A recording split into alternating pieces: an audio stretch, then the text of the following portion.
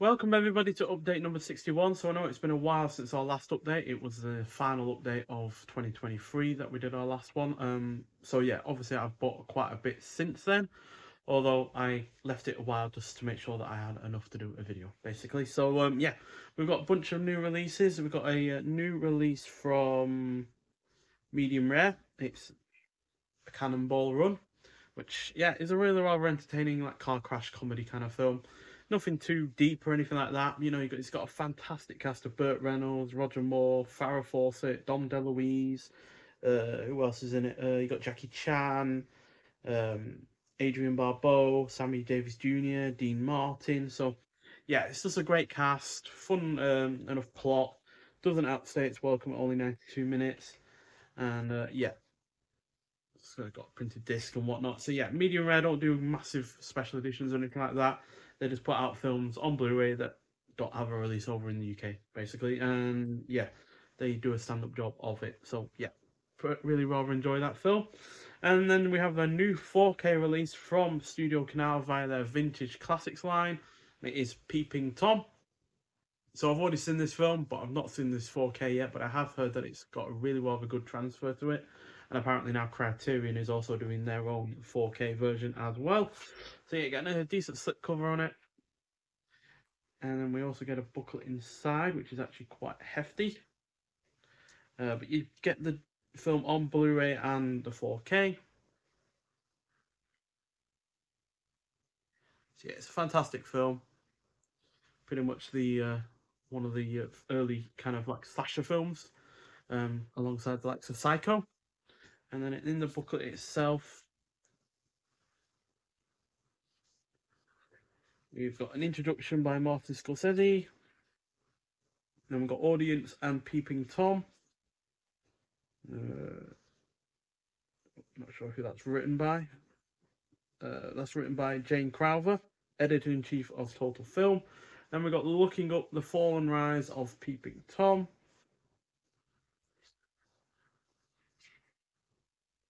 So it's got fantastic cinematography in this, and yeah, it throws you into the kind of, and that's done by David Parkinson, who's a critic and film historian. And then we've got some posters of the film. So yeah, it really is a fantastic film because it puts you in the role of the Peeping Tom himself, because you see the people being killed in first person via the camera that he's using, but the victims are also seeing their own deaths, as it uses a mirror to show them themselves being killed. So yeah, extremely dark, but apparently a really good 4K transfer. So I look forward to eventually rewatching that. And then I have a release from Criterion themselves. So this was a late Christmas present. Didn't get it at the time because I didn't see the person that gave it me, but it was on my list for a long time. It's just purely because of how expensive it is that I never got around to getting it. But it is Todd Browning's Sideshow. What's it called? Sideshow Shockers. Yeah. So we've got two silent films: The Unknown and The Mystic. I personally preferred The Mystic out of the two, but they're still really rather good films. And given that they are full length silent films, that was a surprise. Usually full length silent films a little bit hit and miss for me. And then you've got the really rather Fantastic Freaks, which is way more sympathetic towards its characters than you'd expect it to be, given the title of the film and the fact it's trying to play on how they look as shock value. But yeah, the characterization in that is fantastic, and yeah, the characters themselves are really rather good. And so were the cast, who for the most part were first timers. So yeah, they put in a really good showing in that film. And yeah, this is a fantastic looking release on top of that. So you get the slipcover and the artwork, and you get both all three films on discs. The first two are on their own disc at the back, and then Freaks has its own disc itself. And yeah, I really rather like the whole artwork of the cover and whatnot. And then we also get a booklet as well. So in here we have the films themselves. Then we've got Todd Browning's Ballyhoo Art by Farron Smith Neame. And then we've got About the Restorations itself. So yeah, talks about each of the films. We've got credits for each of the films. And yeah, it looks like a really rather nice eating, well thought out little booklet, to be honest. And about the restorations, well, there's 3 films there, so I'm not going to go through all of the restoration work, but they do look great, and yeah, the transfers look excellent as well. So yeah, they don't look old hat or anything like that in terms of their presentation, but obviously they are quite old. I think one of them is from 1926 or 27. So yeah, they are really rather quite old films, but with the restoration, they are watchable, and yeah, the sound is really rather good as well. And then from Vinegar Syndrome, we have An Internal Combat. Now, this came alongside Southern Comfort, although it's a little bit of an older release, I believe. I think it came out last year. But still, really rather nice slipcover on it, as per usual with these Vinegar Syndrome releases. And the fact that these slipcovers only cost a couple of pound extra is really rather quite ridiculous, given they're well made, they have nice new artwork on them, and yeah, they have a really nice feel to them on top of that.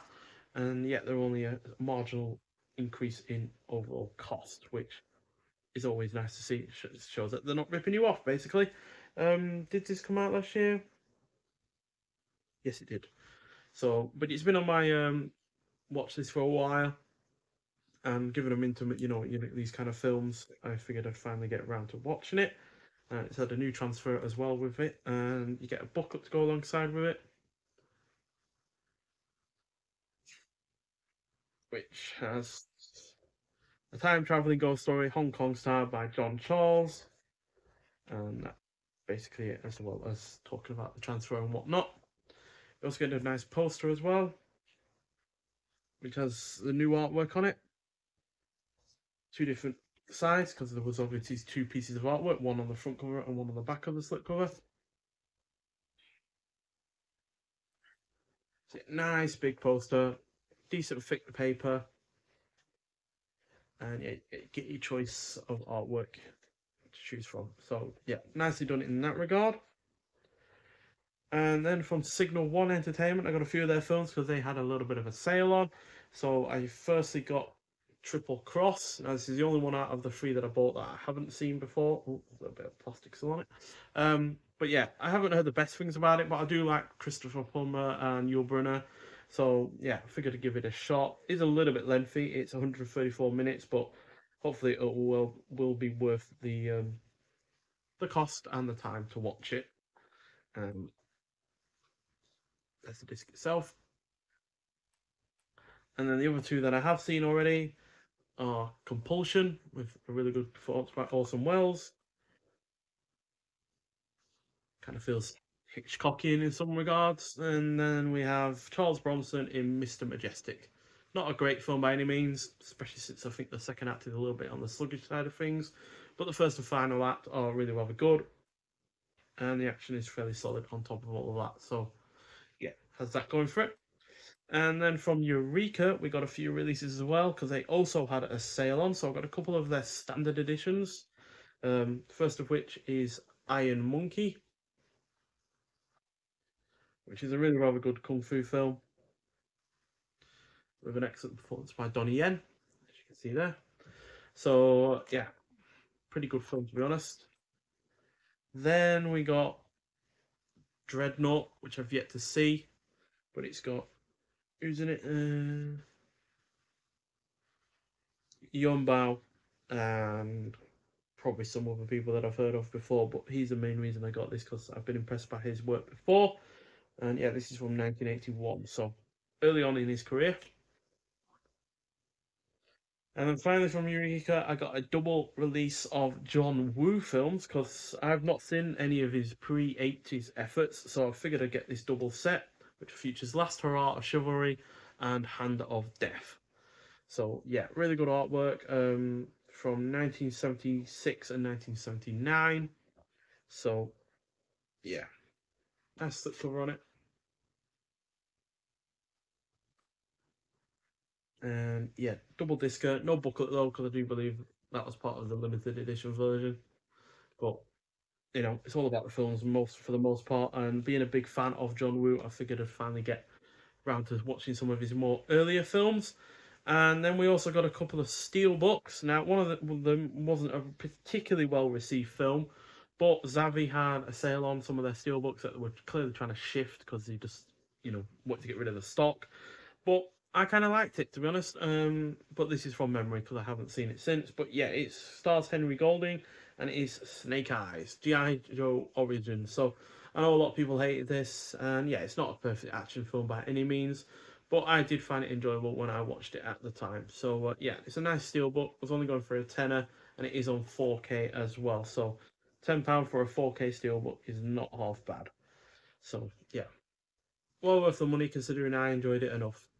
But yeah, I wouldn't have bought it at full price, and yeah, I can certainly see why some people don't like it. Then I got another 4K of a film that was better received and certainly was a box office hit, unlike Snake Eyes, and that is Bullet Train, starring Brad Pitt. So yeah, a really, really fun film this is. Got plenty of laughs, really good action, excellent cast, and I like the setting as well. And the steelbook here looks fantastic. Again, this was on sale, only £10. So can't really argue for that, considering this has an excellent looking steelbook and it is on 4K along with the Blu-ray as well. And finally, I got several films from Umbrella because they also had a sale on. So Umbrella are from Australia, so it does take a while to get their films over here, but they are well worth waiting for. And the first of which is a double feature set. It is Circus of Fear and The Bloody Judge. Only seen Circus of Fear, which is kind of an odd mix of heist film and horror, but it generally works. And The Bloody Judge I've yet to see, but hopefully it will be good. But both star Christopher Lee, who's always a good watch, quite frankly. So yeah, look forward to finally getting around to the second film. And then we've got another double feature of more like kind of romance films from the 50s. Picnic and There's Always Tomorrow. Only seen There's Always Tomorrow so far. Yet to get around to Picnic because that is a bit of a longer film. I think that's 113 minutes, whereas There's Always Tomorrow was only 84. So I was quickly able to get around to that second film, but yet to get around to Picnic. But yeah, good casting both by the looks of things. You've got in Picnic, you've got William Holden and Kim Novak, and in There's Always Tomorrow, you've got Barbara Stanwyck and Fred McMurray. Always a big fan of Fred McMurray and Barbara Stanwyck, so yeah, that's why another reason why I got to There's Always Tomorrow first, but it was mostly the length that got me around to that. And then just arrived today, I got three more. So we got Heaven's Burning, starring Russell Crowe. Don't know much about this outside of its plot premise. Don't think I've seen anyone else that's in it in anything before, but sounds like an interesting enough film. And yeah, this is a pre-Gladiator Russell Crowe, so probably taking a bit more of a risk with his films back then rather than after, where he kind of slips into doing the same kind of thing, especially with the likes of Robin Hood. And then we also got El Cid, starring Charlton Heston and Sophia Loren. And yeah, epic film. It's 188 minutes, so it's going to take me a very long time to get around to a 3 hour plus film. But sounds interesting, got a good cast. You've also got the likes of